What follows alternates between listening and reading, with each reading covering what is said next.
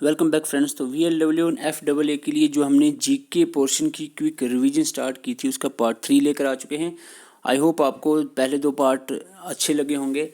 हम इसमें करते ये हैं कि इस तरह से एक क्वेश्चन होता है, फिर हम उसकी जो भी बैकग्राउंड होती है, डिटेल होती है, वो हम डिस्कस करते हैं। तो स्टार्ट करने से पहले मैं आपको बता दूँ, यहाँ पर बहुत सारे ये क्वेश्चन करते हैं कि आपने मॉक टेस्ट जो है स्टार्ट नहीं किया। तो मैं आपको बता दूं, मॉक टेस्ट हमारे स्टार्ट हो चुके हैं। इसी वीडियो की डिस्क्रिप्शन और अपना कमेंट बॉक्स में उसके लिंक आपको मिल जाएंगे। हमने अभी फ़िलहाल के लिए आप सबको पता है कि मॉक टेस्ट जो हमारे अवेलेबल हैं VLW के लिए, जो सिर्फ 99 रुपये के हैं। आपको 30 मॉक टेस्ट मिलेंगे, जिसमें 2 फुल लेंथ और बाकी सेक्शनल मॉक टेस्ट जो है अवेलेबल था। एक एक सेक्शन को आप अच्छे से मॉक टेस्ट दे के तैयार करो।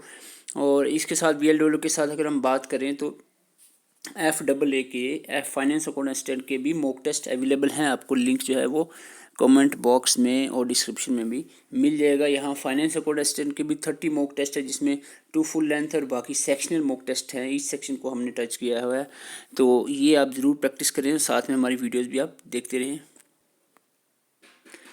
तो आज का हमारा सबसे पहला क्वेश्चन है यहाँ पर, Gandhi ji had given out a stirring call of do और die during the dash movement. बहुत बेसिक क्वेश्चन है। गांधी जी ने डू और डाई का जो स्लोगन है वो कौन सी मूवमेंट के दौरान दिया था? तो ये दिया था, आपको बता दें, क्विट इंडिया मूवमेंट 1942 के दौरान। ओके, आपको बता दूं कुछ इंपॉर्टेंट कोटेशंस जो आपको याद होनी चाहिए। सबसे पहले हम बात करें Swaraj is my birth right, I shall have it. तो ये जो सबसे पहली कोटेशन है यहाँ पर वो है आपकी, Swaraj is my birth right and I shall have it. ये किसकी है? बाल गंगाधर तिलक की। Give me blood I shell give you freedom, ये किसने कहा था? नेताजी सुभाष चंद्र बोस ने। इनकलाब जिंदाबाद का नारा लगाया था भगत सिंह ने। हालांकि ये लिखा क्या नाम था उसका, मोहानी ने, हसरत मोहानी ने। सारे जहां से अच्छा हिंदुस्तान हमारा डॉक्टर मोहम्मद इकबाल का लिखा हुआ है। दिल्ली चलो का नारा लगाया था सुभाष चंद्र बोस ने। ये इंपॉर्टेंट है जो आपको याद रखना। सरफरोशी की तमन्ना अब हमारे दिल में है, राम प्रसाद बिस्मिल ने ये स्लोगन दिया था। I am socialist by nature, Jawaharlal Nehru का स्लोगन है। गो बैक टू वेदा, यहाँ पर होना चाहिए था गो बैक टू वेदा या गो बैक टू वेदा। स्वामी दयानंद सरस्वती ने ये स्लोगन दिया था। मोस्ट इंपॉर्टेंट स्लोगन है। आराम हराम है, ये जवाहरलाल नेहरू का स्लोगन है। और जय जवान जय किसान स्लोगन जो है लाल बहादुर शास्त्री का ये स्लोगन है। द मोस्ट इंपॉर्टेंट स्लोगन जो एग्ज़ाम में पूछे गए हैं, ये आपको अभी के अभी याद हो जाने चाहिए। ठीक है, आगे बढ़ते हैं। हमारा क्वेश्चन नंबर 2 है, FIFA World Cup 2022 schedule to take place in dash from 20 November to. ये एक्चुअल में हो चुका है। तो ये 20 नवंबर से लेकर 18 दिसंबर 2022 तक हुआ है। ये कहाँ पर हुआ है फीफा वर्ल्ड कप? तो ये अब सबको ही पता होगा। ये हुआ था आपका कतर में हुआ था। ये आप सबको इसके बारे में पता होना चाहिए। और इसके साथ साथ मैं आपको बता दूं, फीफा वर्ल्ड कप जो है 2022 कतर में है, और आगे 2026 में जो होगा वो 3 कंट्रीज़ यहाँ पर होने वाला है। कनाडा, मैक्सिको और USA में ये खेला जाएगा FIFA World cup 2026। Olympic games का क्वेश्चन 101% पूछा जा सकता है। ये बहुत इंपॉर्टेंट है। ओलंपिक गेम्स जो है 2024 में होनी है पेरिस, फ्रांस के अंदर। Okay, Sattriya is a classical dance form of which state? Sattriya कौन सी स्टेट की क्लासिकल डांस है? तो आपको बता दूं 8 यहाँ पर क्लासिकल डांस हैं जो इंडिया के, आपको पता होना चाहिए। और सत्रिया जहाँ तक बात करें, असम का क्लासिकल डांस है। और इसके अलावा ये 8 हैं, सबको याद होने चाहिए। देखो, मणिपुर ये याद करने की ज़रूरत नहीं। ओडिसी उड़ीसा ये भी याद करने की ज़रूरत नहीं। आपको करने हैं 6 फोक डांसेस याद, जो क्लासिकल डांस, सॉरी। तो 6 में से आपको मैं बता दूं, भारतनाट्यम अपना तमिलनाडु, और कथक जो है यूपी, कुचिपुड़ी आंध्र प्रदेश, कथकली केरला, ये आपको याद रखना है। और मोहिनीअट्टम यानी मलयालम लैंग्वेज केरला में बोली जाती है ना, मोहिनीअट्टम, थोड़ा मिल रहा है ना, केरला मोहिनीअट्टम, मलयालम केरला मोहिनीअट्टम। तो इस तरह से आपने याद रखना, कथकली और मोहिनीअट्टम केरला के क्लासिकल डांस है। बाकी सत्रिया अभी बता दिया असम का। बचे आपको 3 याद करने हैं, 3, भारतनाट्यम, तमिलनाडु, कथक यूपी जो है, और कुचिपुड़ी जो है आंध्र प्रदेश। तो ये इस तरह से आपको क्लासिकल डांस याद रखने हैं। River Wardha is the tributary of, river Wardha किस रिवर की ट्राइब्यूटरी है? तो ये क्वेश्चन जो है, इसका आंसर आप जल्दी से कमेंट करके बता दें। क्वेश्चन नंबर 4 का आंसर जो है आप थोड़ा सा यहाँ पर कमेंट करके बता दें कि क्वेश्चन नंबर 4 का आंसर क्या है, और साथ में अपने जो राय भी रखें कि आपको किस तरह के सेशंस चाहिए है। इंडियन रिवर्स की और देर ओरिजिन जो है थोड़ा सा नज़र डाल लेते हैं जाते जाते। इंडिया में सबसे पहले हम बात करें इंदस की, तो कैलाश से ये निकलता है, कैलाश की पहाड़ियों से इंदस का ओरिजिन होता है, या मंसरवर लेक भी हम कह सकते हैं तिब्बत के अंदर। गंगोत्री ग्लेशियर से माना जाता है, हालांकि ये भागीरथी और अलकनंदा 2 रिवर से मिलने के बाद बनता है। नर्मदा की बात करें अमरकंटक से ओरिजिन होता है, यमुना यमुनोत्री ग्लेशियर से, और ताप्ती की बात करें बिटवल डिस्ट्रिक्ट जो एमपी के अंदर है यहाँ से ओरिजिनेट होता है। हालांकि अगर प्लेस एग्जैक्टली बात करें तो मुल्ताई जगह है एक बिटवल डिस्ट्रिक्ट के अंदर। कावेरी की बात करें तो कुडागू हिल्स से ये ओरिजिनेट होता है। गोदावरी की बात करें कडामोन हिल्स एरिया में ये ओरिजिन होता है गोदावरी रिवर का। ब्रह्मपुत्र जो है ये मंसरवार लेक के नज़दीक इसका ओरिजिन होता है। तो ये कुछ इंपॉर्टेंट रिवर्स हैं जिनकी ओरिजिन की हम बात कर रहे थे। The depletion in ozone layer is caused by, ozone layer deplete होती है किसकी वजह से? Mostly it is depleted by the chlorofluorocarbons. Okay and something, कुछ पॉइंट्स ओजोन लेयर के बारे में देख लेते हैं, बहुत बेसिक से हैं, अगर आपको आते हैं स्किप करके जल्दी आगे बढ़ें। ओजोन लेयर जो है ozone protect the earth from the harmful ultraviolet radiations of the sun. ठीक है, एक पॉइंट हो गया। एक प्रोटेक्टेड शील्ड है ये जो अल्ट्रावायलेट रेडिएशन से हमें बचाती है। ओजोन लेयर प्रेजेंट कहाँ पर है? स्ट्रेटोस्फेयर में। हालांकि ओजोन जो गैस है ये ट्रोपोस्फेयर में भी होती है, और इसको हम बैड ओजोन कहते हैं, क्योंकि ये जो ओजोन है जो ट्रोपोस्फेयर में होती है हमारी लोअर एटमॉस्फेयर में, तो वो एक्ट करती है as a greenhouse gas, और ग्लोबल वार्मिंग में इसका रोल रहता है, इसलिए इसको बैड ओजोन कहते हैं। लेकिन जो स्ट्रेटोस्फेयर में दूसरे नंबर की एटमॉस्फेयर की लेयर में है वो हमारे लिए बेनिफिशियल होती है। मॉन्ट्रियल प्रोटोकॉल सबको पता है, ये ओजोन डिप्लीटिंग केमिकल और सब्सटेंस जो होते हैं जैसे CFC हो गया, क्लोरोफ्लोरोकार्बन और एक्सेट्रा कुछ और भी थे, तो उनको उन पे बैन करने के लिए मॉन्ट्रियल प्रोटोकॉल लाया गया था 1989 में। डब्सन यूनिट की बात करें, डॉप्सन यूनिट होती है, ये यूनिट है जो मेजर करती है thickness of the ozone layer. और ओजोन डिप्लीटिंग सब्सटेंस ODS जो है ये इसमें मोस्ट इम्पॉर्टेंट आता है हमारा क्लोरोफ्लोरोकार्बन्स। और ओजोन होल की बात करें तो ओजोन होल कहाँ पर देखने को मिला? अंटार्कटिका के ऊपर ओजोन होल जो है वो ऑब्जर्व किया गया है। Which among the following is the confluence of Alaknanda and Mandakini? देखो यहाँ पर अलकनंदा और मदाकनी रिवर मिलते हैं, उस जगह को क्या कहते हैं? अलकनंदा और मदाकनी जो रिवर मिलते हैं इसको हम कहते हैं रुद्रप्रयाग। ठीक है, अब पंच प्रयाग की बात कर लेते हैं जल्दी जल्दी से। पंच प्रयाग अभी याद करना है, ये आज का क्वेश्चन, ये ज़रूर कुछ फ़ायदा आपको होना चाहिए आज के सेशन से। 1 मिनट चाहे ज़्यादा लग जाए, लेकिन ये 5 याद होनी चाहिए। पहली बात आपको याद है, रुद्रप्रयाग, विष्णुप्रयाग, नंदप्रयाग, कर्णप्रयाग, देवप्रयाग, इन 5 के 5 जो प्रयाग हैं इनका एक रिवर तो अलकनंदा ही है। ठीक है, आपको दूसरा रिवर याद रखना है। ठीक है, अलकनंदा से मदकनी मिलता है, रुद्रप्रयाग कहते हैं। अलकनंदा से दूली गंगा मिलता है तो विष्णुप्रयाग कहते हैं। अलकनंदा से नंदकनी मिलता है तो नंदप्रयाग। तो ये एक तो बार निकाल दो, एक तो याद हो गया नाम से, नंदकनी नंदप्रयाग। ठीक है, अलकनंदा से पिंडर रिवर मिलता है तो कर्णप्रयाग कहते हैं। ठीक है, और अलकनंदा से भागीरथी मिलता है जो सबसे मैन है, ये दोनों मिलके गंगा बनाते हैं, तो ये इसको कहते हैं देवप्रयाग। ये पॉपुलर है, ये आपको याद है, तो उसका मतलब आपको याद करने हैं 3 पॉइंट।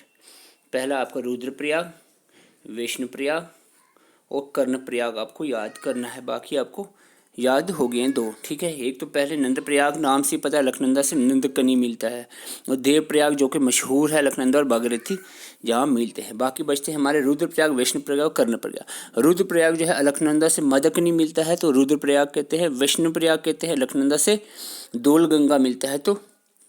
ठीक है, तो ये VD जो है VAD, ठीक है, RAM राम। ठीक है, रुद्रप्रयाग, अलकनंदा, मदकनी। ठीक है, ये भी बन गया। अब दो हैं VAD, इसके ट्रिक बने ना बने आप इस तरह से भी याद कर सकते, पिंडर। ठीक है, तो एक दो पर नज़र लगाओ, खुद याद हो जाएंगे। In India the GST is based on the dual model, GST is adopted in India में। GST का जो मॉडल था वो कौन सा मॉडल है? Dual model. और ये ड्यूल मॉडल कौन सी कंट्री के बेस से है? It is based on the Canada. Canada में भी ड्यूल मॉडल GST लागू है, तो ये आपने याद रखना है। कुछ इंपॉर्टेंट पॉइंट्स, ज़्यादा नहीं, कुछ इंपॉर्टेंट पॉइंट्स में यहाँ पर डिस्कस करना चाहूँगा। Goods and services tax, GST की फुल फॉर्म है गुड्स एंड सर्विसेज, दोनों में ऐसे याद रखना। गुड्स एंड सर्विसेज टैक्स वर्ष फर्स्ट इम्प्लीमेंटेड नहीं, सबसे पहले फ्रांस में इम्प्लीमेंट हुआ था। हालांकि इंडिया का जो GST है वो बेस है कनेडियन मॉडल पे, ड्यूल वाला। अभी मैं क्वेश्चन जो मैं पूछ रहा था। तीसरा पॉइंट है GST in India is made on the recommendation of Vijay Kelkar committee की रिकमेंडेशन पे GST जो है यहाँ पर लाया गया। और most importantly GST in India was implemented on 1 July. This is very important point. 1 जुलाई 2017 में ये इफ़ेक्ट हुआ, इम्प्लीमेंट हुआ GST। लेकिन बिल, हालांकि अगर हम बात करें फर्स्ट जो स्टेट है इसको इम्प्लीमेंट करने वाली वो आपकी असम है।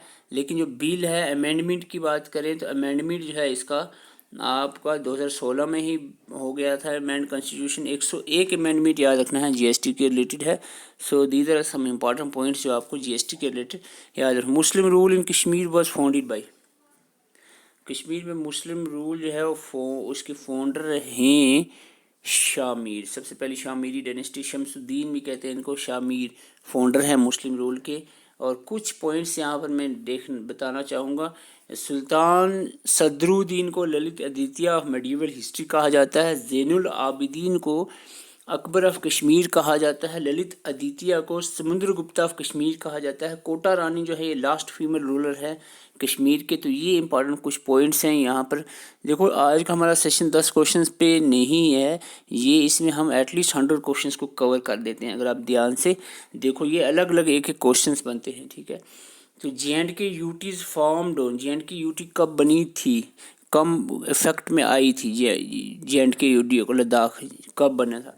तो ये हुई थी 31 अक्टूबर 2019 को। इस farmed on J&K UT is farmed on 31 अक्टूबर 2019। और एक दो पॉइंट में और ऐड करता हूँ। सत्यपाल मलिक जो थे ये governor of Jammu and Kashmir थे at the time of abrogation of article 300। तो 2 नहीं, यहाँ पर 3 है, 370। ओके, आर्टिकल 370 के एब्रोगेशन के टाइम में सत्यपाल मलिक जो थे गवर्नर थे जम्मू एंड कश्मीर के। गिरीश चंद्र मुर्मू जो थे ये first governor general, lieutenant governor रहे हैं J&K के। First lieutenant governor of J&K Girish Chandra Murmu रहे हैं। तो अब जो है वो कौन है, अब सबको पता होगा कौन है, मनोज सिन्हा जी जो अब हमारे लेफ्टिनेंट गवर्नर हैं। और कुछ और इम्पॉर्टेंट पॉइंट्स यहाँ पर डिस्कस कर लेता हूँ। ओके, यहाँ पे बिल जो है थोड़ा सा J&K रिजर्वेशन एक्ट पे नज़र डालता हूँ। जो बिल है ये इंट्रोड्यूस राज्यसभा में 5 अगस्त 2019 को किया गया और पास उसी दिन राज्यसभा से हो गया था। 6 अगस्त को इसको लोकसभा में इंट्रोड्यूस किया गया और इसी दिन लोकसभा में भी 6 अगस्त को पास हो गया। It is receive president assent जो है प्रेसिडेंट का जो है इस पर साइन 9 अगस्त को हो गया था। और फाइनली जो है ये स्टेट बनकर आई, UT बनी 31 अक्टूबर 2019 को। कम इनटू फोर्स हो गई रिजर्वेशन एक्ट और J&K और लद्दाख UT 2 UT बन गई हैं J&K स्टेट्स की। इंपॉर्टेंट कुछ पॉइंट्स हैं यहाँ पर। आर्टिकल 239A आर्टिकल जो है पुडुचेरी मॉडल इसको हम कहते हैं, ये अप्लाई होता है हमारे J&K स्टेट के ऊपर। सेक्शन 13 में भी इसका मेंशन किया हुआ है। There will be only legislative assembly, ये पॉइंट आपको याद रखना है। नो लेजिस्लेटिव काउंसिल, काउंसिल्स नहीं होंगी। ये आर्टिकल 57 में भी, सेक्शन 57 में रिजर्वेशन एक्ट की मेंशन है कि लेजिस्लेटिव काउंसिल नहीं होंगी।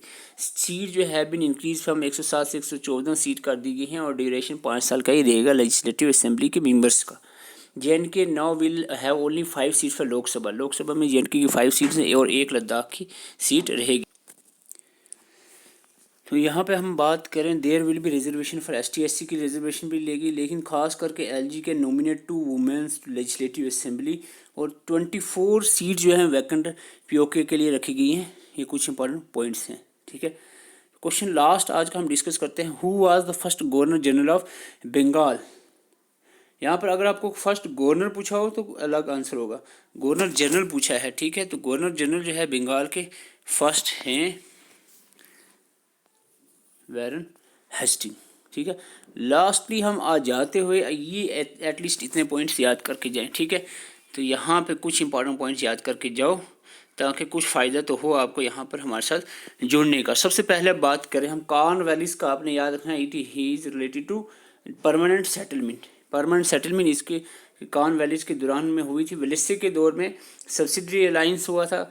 विलियम बेंट्री के दौर में सती को एबॉलिश किया गया था। और first governor general of India रहे हैं governor general of India William Bentinck. अगर गवर्नर जनरल ऑफ बंगाल जो अभी क्वेश्चन था वो वारेन हेस्टिंग है, कंफ्यूज नहीं होना है। लॉर्ड डलहौसी की बात करें, डॉक्ट्राइन ऑफ लैप्स पास हुआ। फर्स्ट रेलवेज इन इंडिया 1953 में इनके दौर में हुई। वुड्स डिस्पैच जो एजुकेशन के रिलेटेड एक्ट है पास हुआ। लॉर्ड कैनिंग की बात करें, लॉर्ड कैनिंग के दौर में, ये याद रखनी है भाई, सुनना नहीं है, खाली सुनते रहते हो दिन भर, चीज़ें याद नहीं रही तो फिर फ़ायदा क्या। कैनिंग के दौर में रिवॉल्ट 1857 को हुआ। यूनिवर्सिटी ऑफ बॉम्बे, मद्रास और कलकत्ता जो है ये भी लॉर्ड कैनिंग के दौर में ही स्टार्ट हुई थी। लास्ट गवर्नर जनरल और first viceroy of India भी कैनिंग रहे हैं, ठीक है। लॉर्ड लिटन के दौर में वर्नाकुलर प्रेस एक्ट की बात करें, liberated liberated was liberated. And Lord Ripon, Lytton नहीं रिपन, यहाँ पर रिपन की बात करें, इल्बर्ट बिल पास हुआ। फर्स्ट कंप्लीट सेंसस 1882 का इसमें रिपन के दौर में हुआ था। लॉर्ड डफरिन के दौर में 1885 में इंडियन नेशनल कांग्रेस बनी थी। और लॉर्ड कर्जन के दौर में पार्टीशन ऑफ बंगाल हुई थी 1905 में। तो ये पेज एक जाते हुए याद आप कर लो, अगर नहीं हुआ स्क्रीनशॉट लेके अभी से ही ये याद कर लो। तो आपको बता दूं, हमने स्टार्टिंग में आपको बताया था कि आपको अगर FAA के मॉक टेस्ट चाहिए तो उसका लिंक आपको मिल जाएगा कमेंट बॉक्स में। और इसके साथ साथ आपको अगर VLW के मॉक टेस्ट चाहिए तो आपको अवेलेबल करवा दिए जाएंगे डिस्क्रिप्शन में, और कमेंट बॉक्स में ज़रूर विजिट करें। चैनल पर नए हैं, चैनल को सब्सक्राइब कर सकते हैं। Thank you for watching.